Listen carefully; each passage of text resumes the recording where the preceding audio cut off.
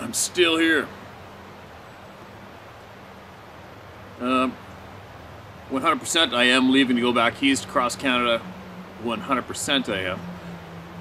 But when you got a couple kids and a farm and a whole bunch of animals and a bunch of responsibilities at home, first you got to get a handful of things straightened out first, which I'm doing. And then to top it off, one of the kids got sick. She was sick for 3 or 4 days. Typical flu symptoms, no big deal. And then Sarah came down with your classic cold, full-on classic cold. And not too alarmed about it, but then the grocery store advertised they had a bunch of those rapid tests available. Now mind you, we already had COVID. And then, so Sarah took one of the tests and it said that she was positive. And then she gave her daughter the other test and it said she was full-on negative. Go figure. So what I'm going to do tomorrow, maybe tonight, I'm going to go to the grocery store before they're all gone. I'm going to buy like 20, I think I'm going to buy 20 of those tests. They're on 20 bucks each or something. And I'm going to test everything from orange juice to horse piss on the farm when I get home. And I'm going to see what all of the results are. And I'm going to share them with you, just out of curiosity. Anyway, I feel fine for myself. But yeah, I've been pretty busy around the place just trying to get everything, as many things done that I feel I need to get done before I just up and take off. Because I might, who knows how long I'm going to be gone for. Obviously, once I get caught up in the fight, call it a fight, call it whatever you want. Once I get caught up and doing what's right, it's not going to be too easy to get me to go home, right? And then furthermore, I got some very informed, very informed, intelligent people coming over tonight, I think. And they've had COVID as well, and they're coming over tonight, and I want to talk with them, touch base with them before I leave. Have to. Had another friend of mine come over, my neighbor, professional logger. We dropped, I think, 20 trees on my property that needed to go, a bunch of rotten ones and stuff. So what I'm saying is I'm very busy trying to get things done before I take off. We got a couple different motorhome places lined up in Vancouver, British Columbia. We're gonna grab a motorhome and we're gonna head out. And I want to do my homework, my thorough homework the next couple days to make sure what I'm going to do is as effective as I can make it, as I try to help make a difference. Meaning I want to go to the correct places, the correct times, talk to the right people, and I want to reach out to as many people as I can via this route and encourage as many people as I can to as well assist in doing the correct moves at the correct place, the correct time, and make a difference, right? Because a difference has to be made. And if any of you people out there are a little not quite well informed, this isn't about a needle. This is far from it being about receiving a needle. This is about much more. I don't need to get into that right now. But anyways, in the meantime, I just worked my ass off today. I just escaped the farm to come down on the river and get some important voices heard while I am still here, which is going to be maybe 2 or 3 more days before I take off and travel across my country to make a difference for what's right.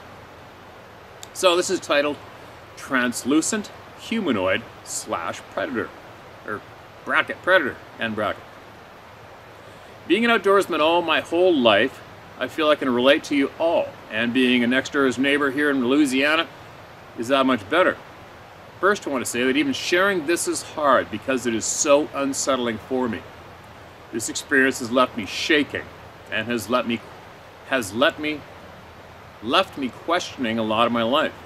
You really hit it on the head on how people are affected by these encounters. It has taken me some time to get over this, and I think I'm still not over it, but more like living with it, if that makes sense. Hits it on the head. My wife is the one who urged me to share these 2 stories with you all, telling me that it would make me feel better if I got it out.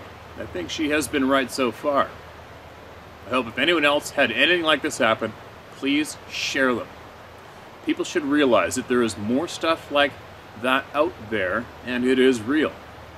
My story. I live in a little town in Grand Paris, Louisiana. It's a very small town, less than 500 people. Trust me when I say everyone knows each other. People know what you're having for dinner before you do.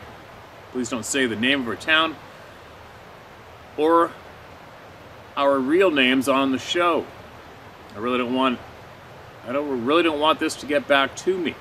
I've grown up hunting and fishing my whole life and spent countless hours in the Kisatchie National Forest. There's over 600,000 acres of public land and over 100 miles of hiking and biking trails. Everything a growing boy needs, and I guess Sasquatch can also use it. There are lakes, creeks, and plenty of wildlife. Fishing, duck hunting, and bow hunting is just what we boys do, and we love it. So I'm in my 30s. I never had anything strange happen in my life. No lights in the sky or seeing anything strange until last year. During bow season here, you can only hunt certain designated units. You can't bait deer here. You can't leave your stand up either. So in order to be successful, you have to put in some time scouting. We use a lot of portable stands and climbing sticks because they are lightweight and easy to move. We as bow hunters go as deep in the woods as we can away from the trails. So last summer, me and my cousin, he is my #1 hunting buddy and has been my whole life, started scouting trails. Now we're putting up game cameras and marking them with our GPS for all the good spots and places that we think will give us the edge for the upcoming season. It is August, so it's hot and muggy and pretty much miserable, but you have to do it. We pack in and camp around all this area and had no problems until that afternoon. We pick a camping spot, start setting up our stuff, and all is going great until my cousin asked if I heard that thing following us. I said, hell no, stop being silly. We were no kids anymore, and that didn't work as it used to be. He looks me dead in the eye and says, man, I'm not joking. I thought you were just ignoring it. So that is what I was trying to do, but it was getting close to me, backing off and closing in, back in again and backing off. I told him, I haven't heard a thing. Maybe it was just him hearing stuff, and that he was tired and we needed to get some rest and food, and then everything would be good. He agreed. So we started setting up camp and started dinner. The weird thing about hearing something weird like that is now every little noise you hear, you start thinking of stuff, and your mind starts making you crazy. All that evening, the fire would dance on the trunks of trees, and I think I saw something shimmer, or that I heard something walking around the camp. I mean, all damn night walking around the camp. So I slept with my pistol close, and the next morning we packed it all up, and we kept scouting. About lunchtime, we stopped and started having some freeze-dried backpacker food, where you just have to add the water. I was using my jet boil to get the water boiling. It's pretty loud for a pocket stove, so you have some leftover roaring noise in your ears when you turn it on. I shut it off, I poured it into our packets, and then we sat there about to dig in. That is when my life changed forever. My cousin jumped straight up and freezes standing there. I looked up from what I was eating, kind of startled, and asked him, what the hell are you doing? He didn't, or rather couldn't reply. He just stared at the little clearing about 60 yards from us. I was starting to get that weird feeling that something wasn't right. After that night and all the noises I heard, I could feel all the warning bells going off in my body, like when you see a snake that you didn't know was there, except this feeling was just lingering. So I asked him a second time. He tells me in a shaky, whispering voice, I see the predator. Now at this point I should have laughed or something, but it never crossed my mind. I jumped up and looked with him. No joke, man, there it was. Not like in the movie, where you can see the alien thing, but like this man-shaped shimmer. It was about 10 or 12 foot up in a tree, and it was crouched down. You could clearly tell it was a guy's shape. I wheeled around and started throwing my lunch stuff in my pack while my cousin kept staring at it. I'm really glad he did, because when looking back, if was had been alone, I think he meant if I had been alone, I would have just ran and left everything. The packing took me less than 60 seconds. I had my backpack on, was holding his backpack. I walked back over to where he was, and this thing was still crouched on a limb. So I started thinking, maybe it's nothing. Maybe we're freaking ourselves out, because it hadn't moved an inch. At that moment, it was like it was reading my thoughts. This thing stands up and drops down off the limb onto the ground. My effing heart stops. It was about 5 feet tall max, and it was man-made exact. When it hit the ground, you could hear it making a sound, like if any of us would jump out of a tree. It then stepped back, and against the tree it came out of for about 5 seconds, and then here it came. It moved towards us with fluid movement of an animal, and it covered about 10 yards in no time, and slipped behind some small brush and stopped. We grabbed each other and took off. We were a good ways off from where we had parked, and knew it would be a couple of hours hike because we like to make a big circle when we go at it. So there was no sprinting to make it to safety or anything. We just had to push as hard as we could to get back to the truck. We moved as fast and as direct as we could, making our way through the brush and the forest, but it wasn't near fast enough. Every time we stopped to try to catch our breath, there it was. It would never get closer than 50 feet to us. It was right there every single time we stopped moving. I'm now positive that was what we had heard in the day prior and all night. It would aside from us and parallel to us. But it seemed to move much easier than we could. We never heard it speak or breathing. We didn't hear it making any other sound than the sound of movement. We pushed on so hard, I thought I was going to have a heart attack. We eventually made it back to the truck, and this thing, the predator, whatever it was, had shadowed us for over 2 hours in constant movement. We threw our stuff in the back and hauled ass. We didn't speak at all on the way home. We were just exhausted. By now, I think we must have been in some type of a shock. I dropped my cousin off at his house. I went home and I sat on my porch looking at the trees and the other houses, making sure it wasn't there either. My wife knew something wasn't right. She started questioning me. After a few hours, I told her. I know this sounds kind of silly, just holding her and telling her made me feel better and helped me realize that it was over and I was home. I didn't go back out there for a while. If I hadn't left my trail cam out there, I wouldn't have gone back there all that year. And that's the end. And that's creepier than shit. And I don't envy that experience, man. That's a new email into you guys, all right? I'm starting at the top of the new ones in right now because it's just easy. And like I said, we've mentioned it before, there was actually a lady bow hunter who videotaped what you described in the trees across from her while she sat in her deer stand. And that videotape, I believe, is available on YouTube, I think. I don't know the title of it, you guys. Somebody out there listening is going to. That's creepier than shit. I don't know anybody who's seen anything like that myself directly. We've had a good handful of emails in from people who have experienced that. And if you are listening and you have had a real shitty experience like this one, and you want to share it, go ahead and share it. And there's obviously the right place to do it. You're not going to get judged. It's a safe place. And share what you know. Share what you know here. And maybe even if somebody's had a long interaction with something like that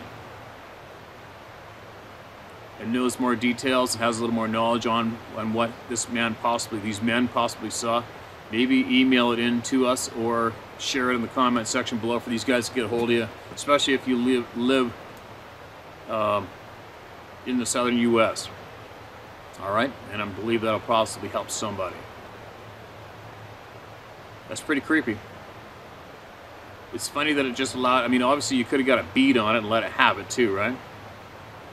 If you felt so inclined. I don't know why something like that with such skills decides to toy with us simple human beings, you know? And it's funny, the last video that I posted up, a woman spoke to us, I believe, about, you know, how these beings, how they escort us, scream at us, give us the mind speak and tell us don't come in here, I'm going to own your ass, threaten us. And a lot of people think it's simply because they have seen somebody's got some offspring in there, there's a kill in there, or something's going on in there. And I was thinking a little more about that, of a different angle to come at that. And believe me, where I guided for many years, in the northern remote Rocky Mountains of British Columbia. As an example, why that confuses me. We are the only human beings in this particular massive area. We're the only ones that enter that wilderness for maybe 3 months out of the year tops, and then we're gone, and that's it. And in those mountains is moose, caribou, mountain sheep, elk, lots of grizzly bears, lots of big frickin' attitude-filled mountain grizzly bears, eastern slopes of the Canadian Northern Rocky Mountains, shit piles of wolves, wolverine, coyotes. What else? Link. Link is, a lot of people call it lynx. They're actually called link. But anyway, what I'm saying is, we have all of that wildlife, and we're riding our horses down remote trails nonstop, and I call the main horse trail, the main game trail, I call it the public highway, because we use it, grizzly bears use it nonstop. I'll ride up a trail in the morning with my hunter trailing behind me, and see maybe older grizzly bear prints on the horse trail in the dirt and the mud below me, and at the end of it I'll come back and there might be a sow and 2 cubs went up the trail behind me, or a big huge boar on top of my horse prints. And we've never seen them. We've never seen them. And when we go past them on the game trail, or we're about to bump into them, they simply step off the trail, stay dead silent, and they let us ride by, and they go back on the trail and they keep cruising down. Wolves, same deal. If there's a pack of wolves coming, they stay dead silent, they get off the trail, we go by them, they get on the trail and carry on their own way. Not one of those species screams or roars at us to not go into that patch of timber. Not one of them. Ever. And we never see them. You know, it's very difficult to get your eyes on a mature monster if you're intentionally trying to. It's not that easy of a thing to do, even in those remote areas. We do see grizzly bears fairly often, but it's tough to intentionally find them, and it's even tougher to intentionally get up on them. But I'm giving you guys an example of when you have a being, the forest people, whatever you want to call them, when they outclass us and those game animals so fiercely. They so outclass us. And so what I'm saying is, if I'm trying to picture the reason they scream at us or warn us not to go in there, which is simply because we're disturbing them on a kill, or we're disturbing somebody's giving birth, there's a young in there, I can't agree with that myself. I think there's something much more to it. Because the amount of grizzly bears, wolves, other game animals I have gone past in remote locations every single day for up to 100, 120 days straight at times. Not once have I ever had a grizzly bear roaring at me from a patch of woods or sticking its head out and telling me to get the hell out of there. Ever. They know better. They just avoid us, stay quiet, and leave. See what I'm getting at? So it's just tough one for me to accept the simple answer of, well, they just don't want you to go in that forest behind you because there's a young in there, or there's a kill in there, or they've had a little bit of a dwelling in there. Nuh-uh. Nope. I don't think so, because I know that they outclass us and those game animals. These forest people, beings, they outclass us so fiercely. They don't need to do that. It just doesn't make sense for them to do that for those simple reasons. There's something else. There's something else that we don't know yet, we don't understand yet, or else we just can't wrap our minds around. We can't even come up with a make-believe answer that's possibly acceptable for my brain anyway. It's confusing to me. It's just confusing to me. I've been in the woods with a pack of wolves around me. I've heard them. At times they'll come in, they'll split up, they'll be all around you. You'll hear the odd howl and bark. I've had wolves within 15 meters of me in thick brush. They make their presence known, but they leave. They just simply leave. Sometimes they do it just because I think they know they can. But they leave. They don't threaten me to make me leave. You know what I mean? They don't threaten me to push me off. They don't intentionally try to scare me to get me to go away. And grizzly bears don't do that either. There you go. Thought I'd tack that on to what I was possibly getting at in the last video I shared with you guys, and we tapped on that topic. There's a lot of things that don't make sense for what we think makes sense. Not yet anyway, but we're getting there. Now let's listen to this one. This one's, thanks again for sending that in, man. Sorry I took off on a little rant about me for a minute there. But thanks again for sending that email in from Louisiana. And like your wife said, she urged you to email us through me. And I'm pretty certain I know the answer already. It probably did help to hear me share what you want to share with the world. I'll put money on it. It's making you feel a little better, because you're not alone. And nobody is ever going to get ridiculed here. Nobody. Bullies get shredded to frickin' bits here. That's about it. People who experience screwed up things on the planet do not get ridiculed here, and this is one of the safest places on the planet for them to come out and be honest. There you go. Now, what do we got here? Footsteps in the Rain. That's the title of this one. Hi Steve, my name is Luke. Feel free to say my name. I'm a new viewer of the channel. I happened to stumble upon it while doing some research for a potential fictional story. I always found the idea of a race of people like Sasquatches in a fantasy prehistoric setting quite fascinating. However, this isn't what I'm writing you about. I actually have my own encounter that I honestly don't know what to make of. You see, I'm a person that doesn't believe in ghost stories or anything that comes off as pseudoscience. And my own perspective and my own religious beliefs. I just find that every hokey and I just find that very hokey and kind of implausible. Before I lose your attention, I have to emphasize that I do not criticize those that have beliefs vastly different from mine. It's better to believe in something rather than nothing at all. With that said, I must get to the main story. Forgive me if it tends to be a little dramatic. I love writing stories, and that just tends to come out. But this story is something that I never really knew how to tell in a way that didn't make me seem crazy until now.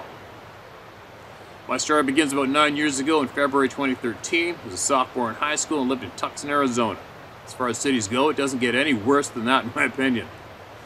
Around this time, I was also part of the Boy Scouts of America, and I was currently working on getting the Scout rank of Life, which is just below the Holy Grail rank of Eagle. To get this, I was holding a high leadership position within my Scout troop.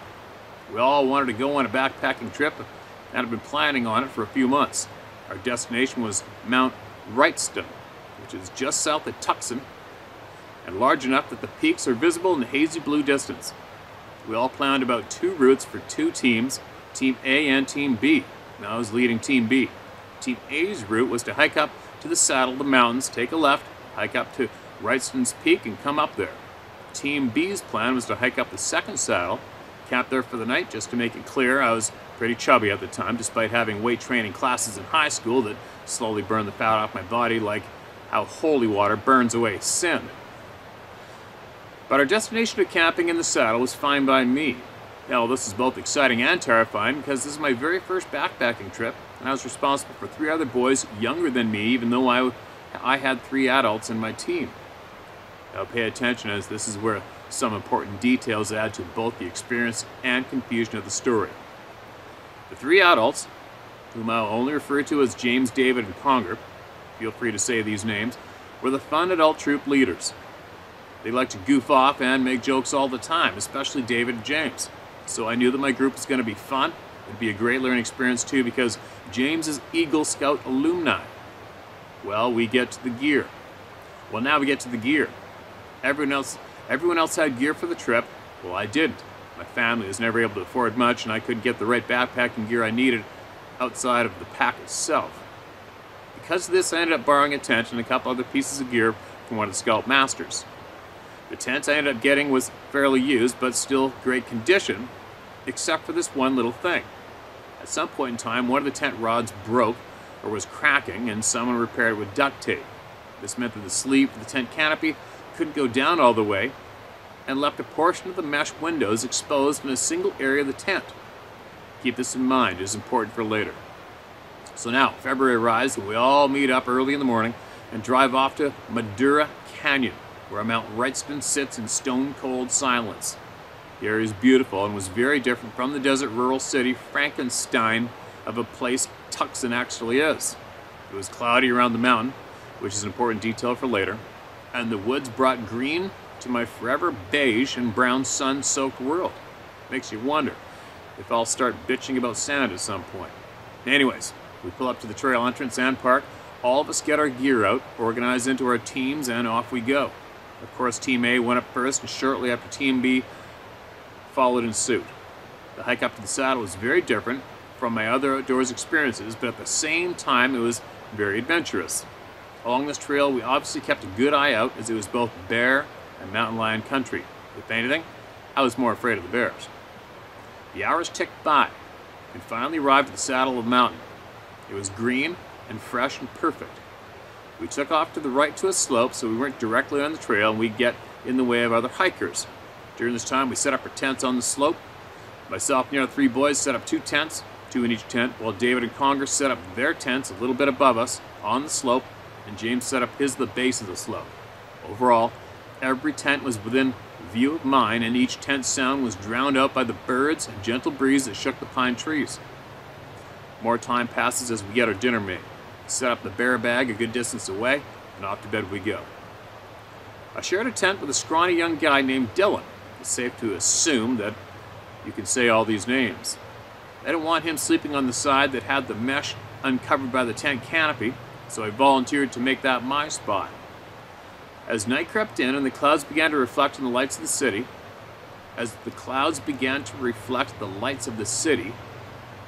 the forest took to a slightly illuminated state due. I think you know what I mean, as it is the light pollution that reflects off of storm clouds at night and illuminates the area just enough. Well, I start to fall asleep. Pit-pat, pit-pat. I open my eyes. It started to drizzle. It's cold outside. I'm at a real high elevation. My face is under the exposed part of the mesh and it starts to rain. Great. I choose this spot and I'll just have to deal with it. I close my eyes and I fall back to sleep. I woke up again, probably 30 minutes later. This is a very rough estimate.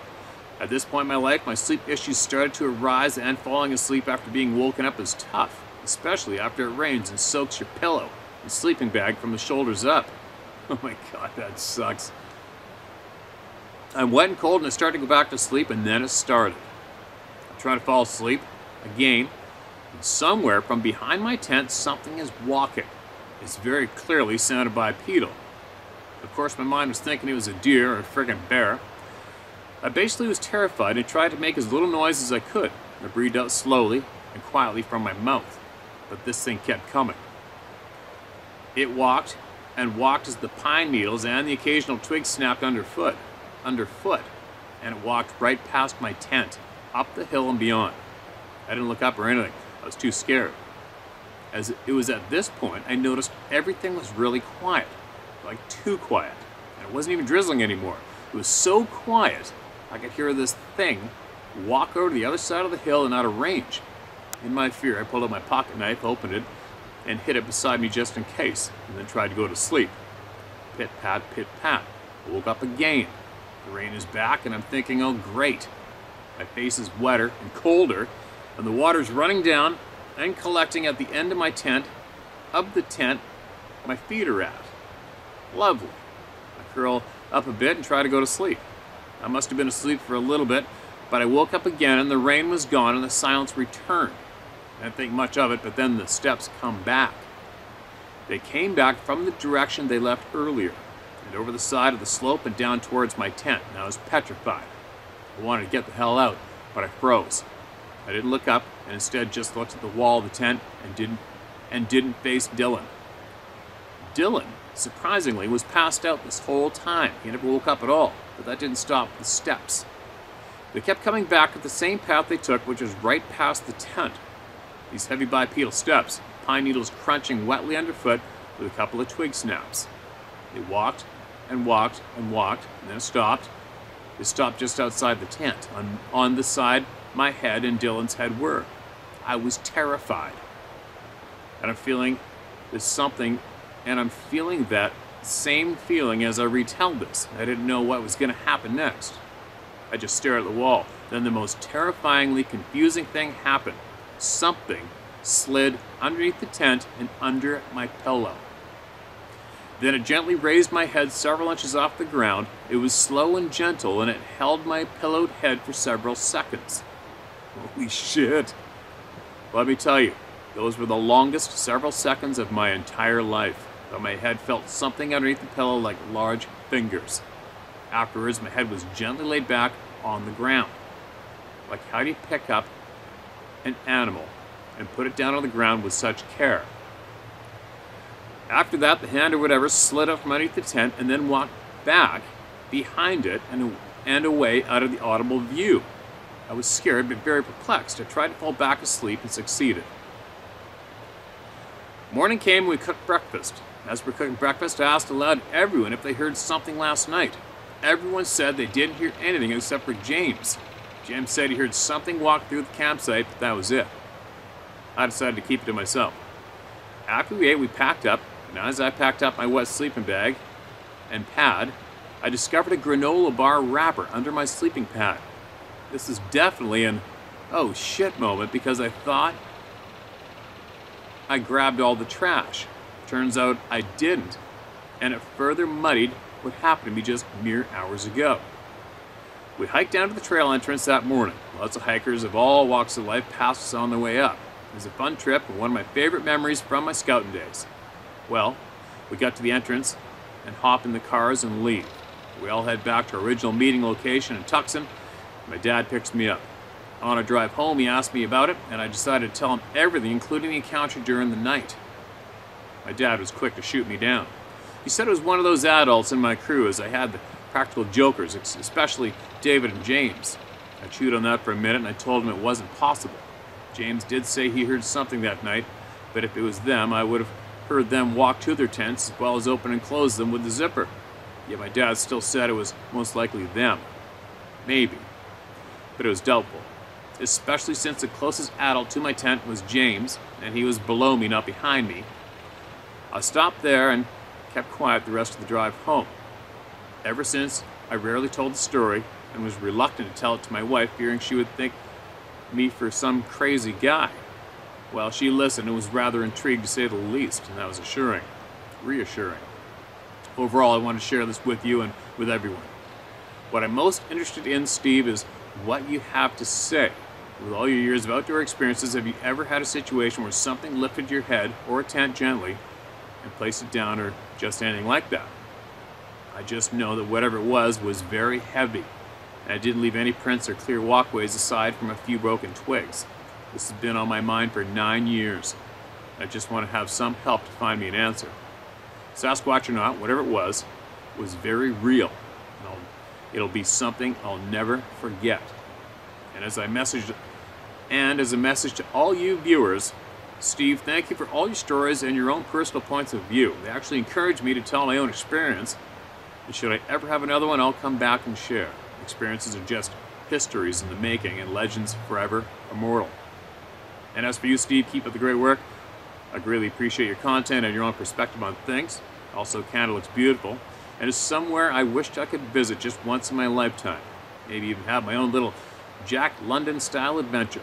You really do bring that wilderness to life with the footage you shoot and on location discussions. I do have a request to hear more should-have-been-dead stories you have from all your years as a guide. Those are just really cool and very different from what I get over here in the States. Thanks. Luke. Alright, Luke, thanks for your share, man.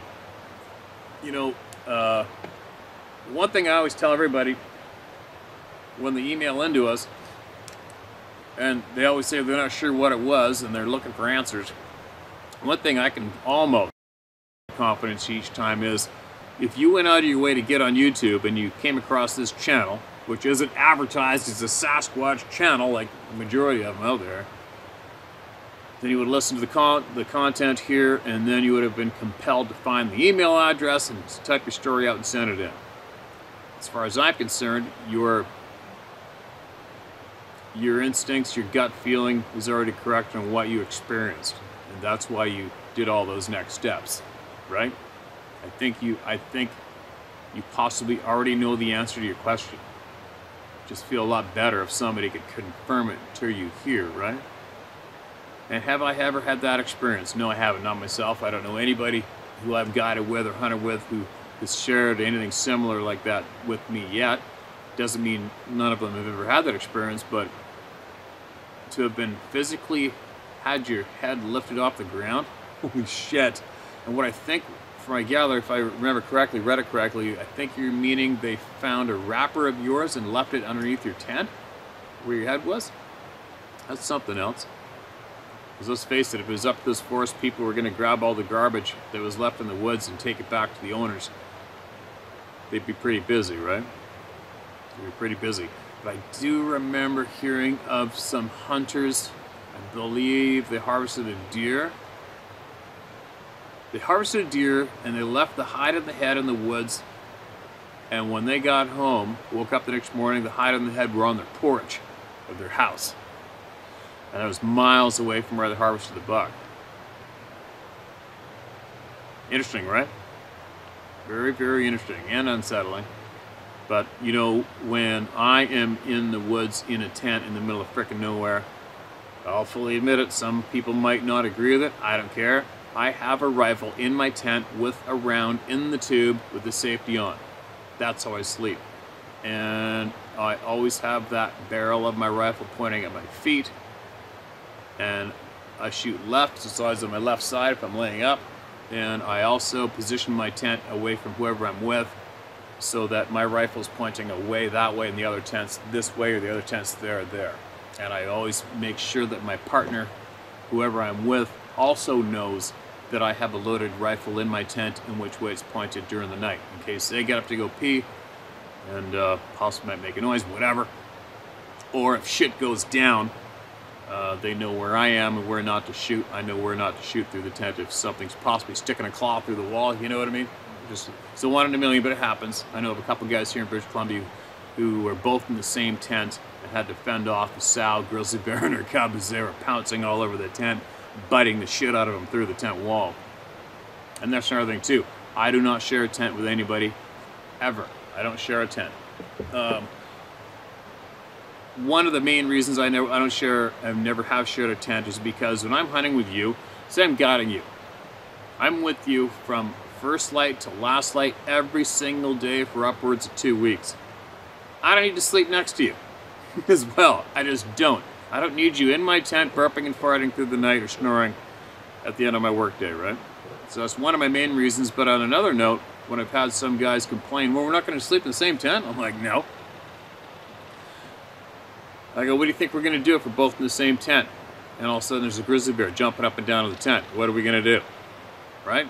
So if or when possibly that 1 in a million scenario goes down where a grizzly bear is jumping down on top of you in their tent, well, hopefully the noise you make from getting bit, your partner in the other tent is going to very effectively get out of their tent with their gun and their flashlight and dispatch the bear before it pops your head like a pimple, right? So that's another reason why I don't share a tent. What have I had? I have come up out of my tent to see bears before. I've seen grizzly bears from my tent. I've seen everything from my tent. I've heard one time, middle of frickin' nowhere, dropped off in a float plane in northwestern British Columbia, well, north central to northwestern British Columbia, in the middle of frickin' nowhere. And I had a buddy of mine, and he's got his own tent, as usual, the guy I'm guiding. And I was about 10 yards from the edge of this small lake. It's just big enough to get a Super Cub on floats to land in it. And you could hear a mouse fart from 20 yards. It was so quiet. And then all of a sudden, so you got the lake, the shoreline, the game trail, parallel on the lake, and then us in the bushes on the ground in the forest about, yeah, maybe 10 meters. 10 meters from the edge of that next game trail. And there's no way out of it. Because normally I try to position my tent so it's downhill of a main game trail because cool air drops, so thermals, your thermal air currents, heat up, cool down. So all day long the wind's going up, all night long the wind's going down. So your nighttime predators, grizzly bears, big mature male grizzly bears are predominantly nocturnal, not always, but mostly. They're going to be going up and down that game trail during the night. So what I try to do is I try to keep my count below the game trails so that they go by and I go undetected, and they don't stop, and they just carry on through. This particular spot, obviously, because you got lake, game trail, it's impossible to sleep and set up camp below the game trail, so I had to set up above.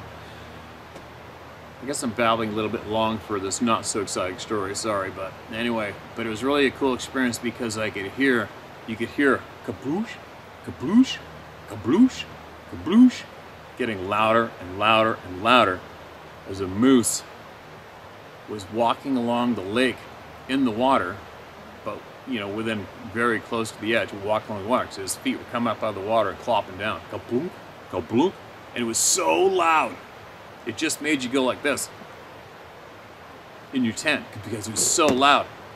And I knew, I'm like, uh-oh, it's only a matter of time until the moose smells us, right? Because our air is always sinking during the night. Even if it's not, it doesn't have to be windy. That air, that cool air is still dropping. So I knew that we would have our scent particles would have been pooling up downhill of our tent and across the game trail, probably right to the water. Right? And sure enough, this thing, I mean, it sounded like, well, that moose would have been like here to that rock behind me for me in the tent. My buddy was a little farther away. And all of a sudden, it sounded like what a moose would sound like, doing an absolute panic shit itself, because it would have got punched in the face with that big pile of raw, fresh, human predator scent. Just would have punched it right in the face, oh my god, and sent it into absolute panic, and it just went running across the lake, farther into deeper water, and the noise from that moose running through that water was something else. And to top it off, because the mountains all around, the timbered mountains around the lake were steep, so that sound was just reverberating off the walls of the mountains. I'll never forget that. It was intimidating in a way, but not really, because you knew exactly what it was. But that being said, could you imagine if it was the exact same scenario I described to you, and something walked up to my tent and then slid their hand underneath where my head was? Now that wouldn't be too cool, would it? Picture that one. That would be real shitty. But before something would have managed to get their hand underneath the tent, I'll admit it flat out, 180 grain, 300 short magnum or 300 ultra mag round would have already gone through the tent wall into the center mass, or whatever that was breathing on my tent, about to reach under and touch me. Yeah, I would be doing that for sure. The preservation of life. I don't know what's on the other side of that tent. It's definitely not going to be a prey animal, not a chance. You know how the prey animals react. And it's definitely not going to be my partner, because we already are under strict rules of never, ever playing a prank on your partner when you're in remote anywhere and you have firearms. You just don't do that. That's about as smart as putting on a black furry suit and running around the woods during bear season, right? But anyway, I'm babbling quite a bit today, aren't I? Bears are going to be out here fairly soon if this warm weather keeps it. Well, it's not that warm at nighttime. It's pretty cool. Anyway, let me get another one out.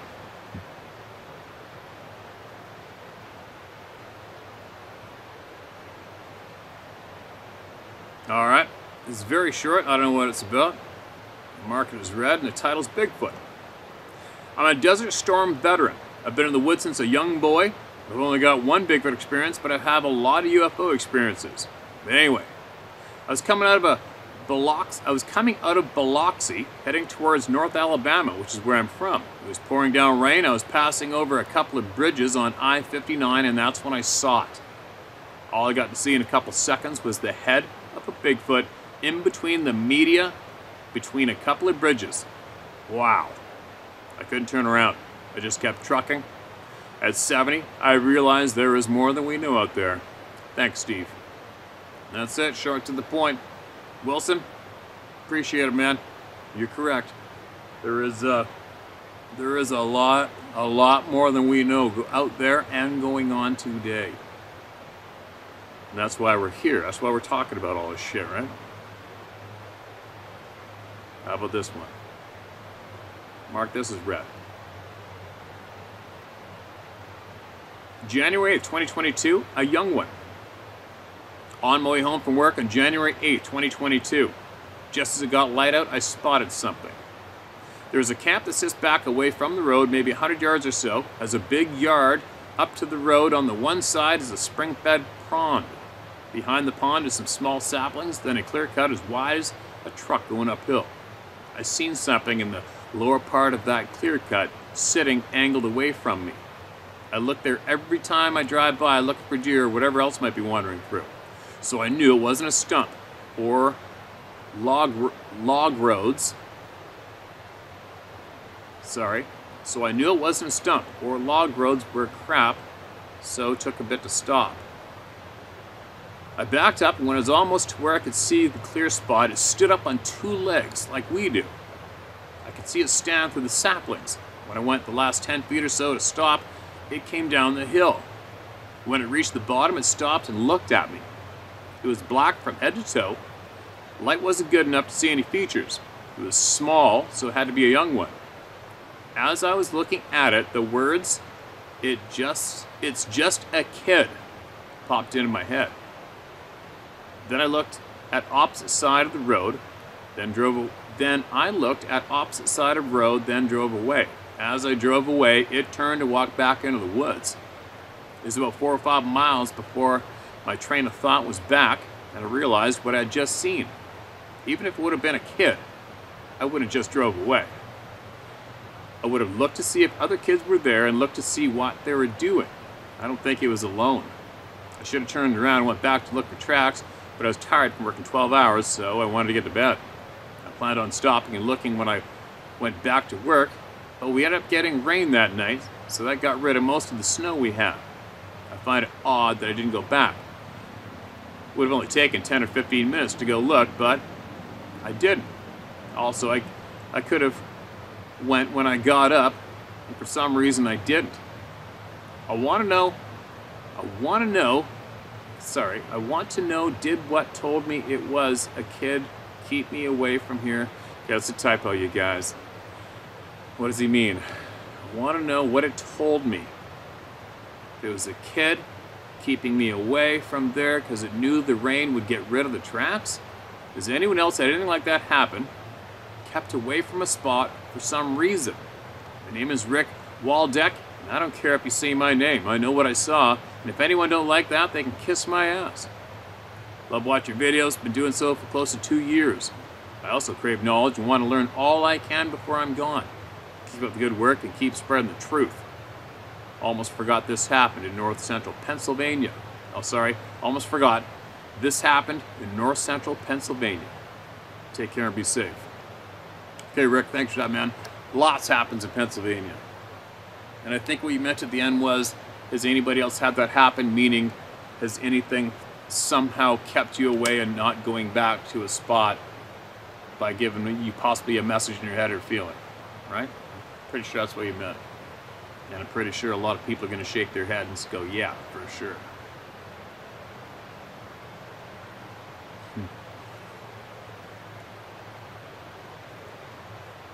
Let's keep going. I might do a share from the shop later on too. Mark, this is red. These are all recently mailed in, you guys. All right. I just decided to start at the top of the pile for change. More from the Spooky Woods. It's the title. Steve, back at you one more time. Again, thank you for your excellent service and support you provide for the people. My background: 75 years young, retired U.S. Army Colonel. Started out as a private. Not bad for an old draftee. 2 tours in South Vietnam, one of which was cut short by a Viet Cong hand grenade, and a total of 26 years spent hither and yon. After leaving the service, I taught high school for 8 years, and another 5 years as a personal chef and caretaker for a local family. I've always been an avid hunter for deer, upland game birds, squirrels, rabbits, wild turkeys, but nothing that might eat me. I love to fish and consider myself an outdoors type with passion for sharing with the younger generations. Currently, I live outside of Charleston, South Carolina, and act as a volunteer game warden and hunter safety instructor at the Joint Base Charleston's Naval Weapons Station. Too old to stand in a bass boat for 8 hours a day anymore. So I've been regulated sitting on the many docks and piers surrounding the Charleston Harbor, or fishing from a kayak with an electric trolling motor. I apologize for this lengthy post, but it sets the stage and could possibly help someone to manage their experiences.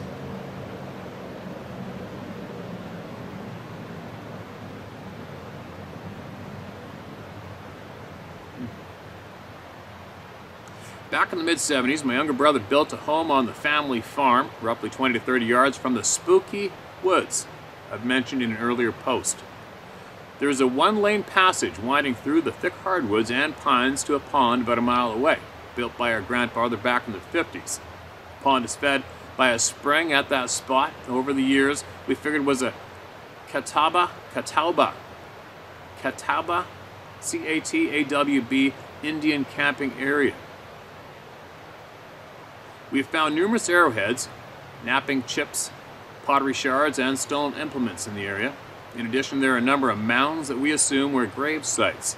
Out of respect for the indigenous, we have never disturbed any of these areas, hence the experiences belong to our family. We have what could be considered a medium-sized family: brothers, sisters, sons and daughters, nephews, nieces, grandchildren, etc. My brother's home has always been a gathering place for various family events over the years, and we managed to always gravitate to the back patio and deck after the sun goes down, and, weather permitting, many large times have occurred. During the fall and winter, when the leaves have turned and fallen, you're able to see several hundred yards down a slope to where the dirt road turns to the pond. On several occasions, we have noticed softball-sized orbs of white light moving through the woods from the pond area. There are no houses or farms for a number of miles in that direction, and there is a sloping hill behind the road that would block any light reflections. The lights are visible for several minutes before disappearing, and no one will even consider venturing down the road to investigate the source.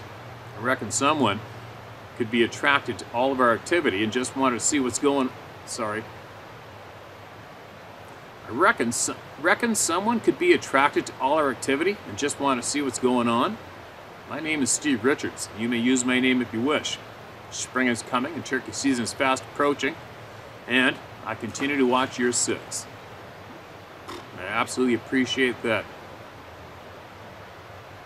Thank you very much, Steve, for that email. And the white lights. The damned white lights of orbs. I haven't seen them in the timber myself yet close to me, but I videotaped two lights way the hell up in the coastal mountains of British Columbia, steeper than frickin' hell, and it was minus, I don't know what it was, minus 10 or 15 where I was down the valley bottom. I don't know how cold it was up there. And I videotaped those lights. I believe I found that clip when I was editing a week ago, and I put that clip at the front of a video for the hell of it, just to repost it. And it was a bright light, man. That was one hell of a bright light. But then there was two lights. And then the one light went out, disappeared in the trees, whatever. There's a small pocket of spruce right there. And then that brighter light disappeared. I haven't a clue what the lights are myself. I do know 110% that what people call orbs, glowing balls of light, have been accompanied with Sasquatch sightings literally, possibly thousands of times now. So, there you have it. Thousands of times. I do not have a definitive 100% personal answer with solid knowledge to what they are. I haven't a frickin' clue. All I know is fact. They are seen, they're real, and they're associated more commonly than not with sightings of these forest people. Go figure. Would I go running down there to investigate it myself if I saw a glowing light in the timber? I don't know. I'd go with my gut instincts. If it made every hair on my body stand on end and I was on absolute alarm and feeling threatened, hell no, I'm not going down there. If my gut instincts told me it was cool and it was safe and I felt very curious, I'd probably go ripping down there possibly. Would I bring a weapon? Yep. Yeah, I would. Why? Because I can't run that fast and I don't have fangs and claws and Human beings are undergunned out here. We just are. We're undergunned, except we have brains and thumbs. And there's a lot of us, right? That's our advantage. What else do we got? I'm going to keep ripping another one. All right. Recent sighting similar to Predator. Can I just read this? It's a different one. All right, here we go. Recent sighting similar to Predator. Wow, that's two in one sitting. Steve, I very much enjoy your channel. It's usually the first thing I check in the morning even before I make my coffee. Never thought I'd personally have a share for you, but never say never. This sighting just occurred on Friday, October 8th, 2021. Oh, I wonder where I found this from. Oh, I probably found, this is an older email I probably found in my inbox. Sorry it took this long, but it's not one of the only ones. Let me start that sentence again. This sighting just occurred on Friday, October 8, 2021, 5:20 p.m. in central Maine. It's rural here, farmland and forest with one little store at the center of town. The store is roughly the size of the average living room, but whatever you need, I'll bet $5 they have it in there. The sun was low in the sky, but still bright, not setting yet. It's that time of day that photographers love. Colors pop, while simultaneously long shadows can also be cast by anything in the path of light from the sun. I had just driven over a bridge across a good-sized stream and was approaching an intersection where three roads converge. At that intersection, the road that I was on, Road 1, veers to the right towards the 2 o'clock position. At the 11:45 position is another road, Road 2, and at the 9 o'clock position is the road I was going to turn onto, Road 3. As I approached the intersection, something dark at the right side of Road 2 caught my eye. It's about the size of a person and backlit by the sun, so that I could not tell anything more than its form, no features. I focused my attention upon it, believing it to be a person about to cross the road, either to fish the stream or cross the bridge to the store. I slowed down to almost a full stop to give them time to cross the road, knowing that any driver behind me, especially with the sun in their eyes, would not be able to see the pedestrian as my vehicle was blocking their line of sight, and the moment I make my left-hand turn, anyone behind me that continues on the main road would have no idea someone was crossing there. A half second later, a half a second after I first noticed it, the pedestrian disappeared. It's completely gone. There's nothing there but grass. Another half second after that, it reappeared 8 feet to the right of where I'd first seen it. This time, not only was it again backlit by the sun, but it had moved in front of the beam of my headlights, which had accidentally been left in high beam. My headlights retracted off of it. This repeated about 6 more times while I sat there, and it made its way across the road towards the stream. I can only describe what I saw by referencing the way the being was depicted in the movie Predator. It was as if an image of the landscape behind it was being displayed upon it, causing me to see a distortion with a halo effect around the perimeter of its form.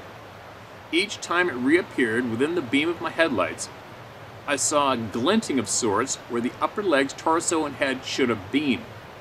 This effect was given more pronounced around the edges of its form. Nothing reflected from where the lower legs should have been. It also wasn't backlit there due to the grass and where the shadows of the trees hit once it moved past the grass and into the road. My lights were clearly hitting something, but not a person. As far as size, it appeared to me to have the build of a roughly 6-foot-tall human male. There are no signs or poles where it was at that intersection to have reference its height against, so I would not lock myself into a specific height.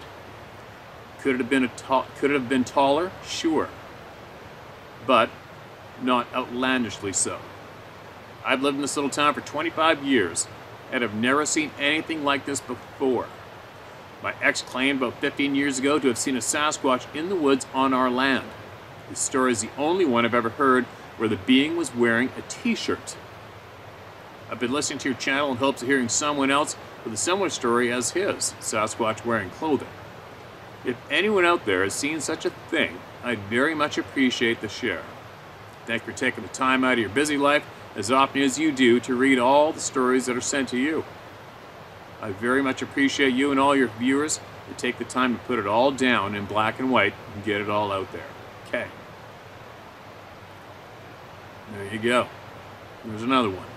Another one with the description of the Predator thing from the movie Predator.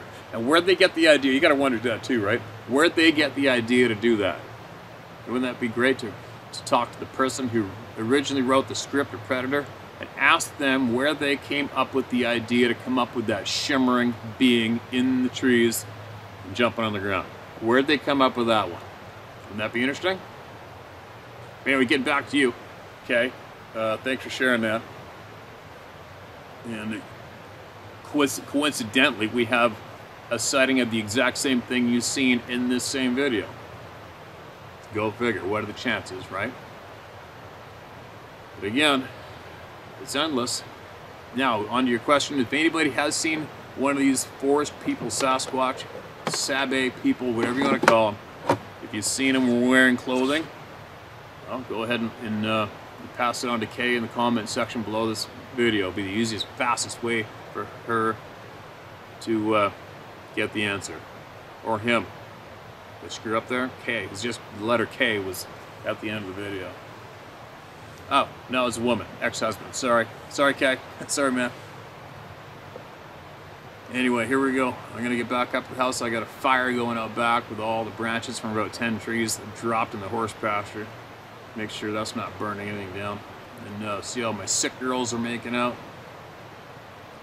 And then make a couple more emails. I received a few emails of people from Ottawa offering up a place to stay. Absolutely appreciate that. Who knows? We might take you up on it, or even a parking spot for the motorhome or a place to shower. I'll definitely be saving those emails. All right. If I haven't answered you back on the emails, just I just haven't had time yet. Now, time to go home and get myself more informed what's going on in my country today as this struggle for truth and freedom goes on. The evidence is mind-boggling. Mind-boggling at how we've all been misled. Mind-boggling. It's a very frustrating time of life today for people who want to fight for freedom, people who want to stand up to tyranny, and people who want to fight for the truth. It's a very frustrating time. Not so frustrating for the people that just want to fall in line. Not very frustrating for them, unfortunately. But more and more people are coming out. Mainstream media needs to be held accountable for a lot. How they've had a negative impact on all of us, all of our communities, society as a whole. So many crimes committed in our faces non-stop. But hopefully this effort put forward by the world is going to clean it up. Let's hope so, right? Because it is time. It's time to clean it up. It's time to get all the honest truth and knowledge out there for every single one of us. We're all equal. All of us are equal.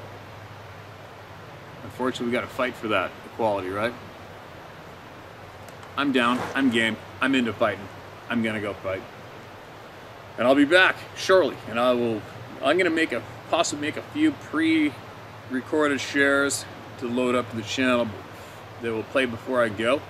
And I am going to videotape every single thing I can as I travel across this country and take part in standing up for what's right.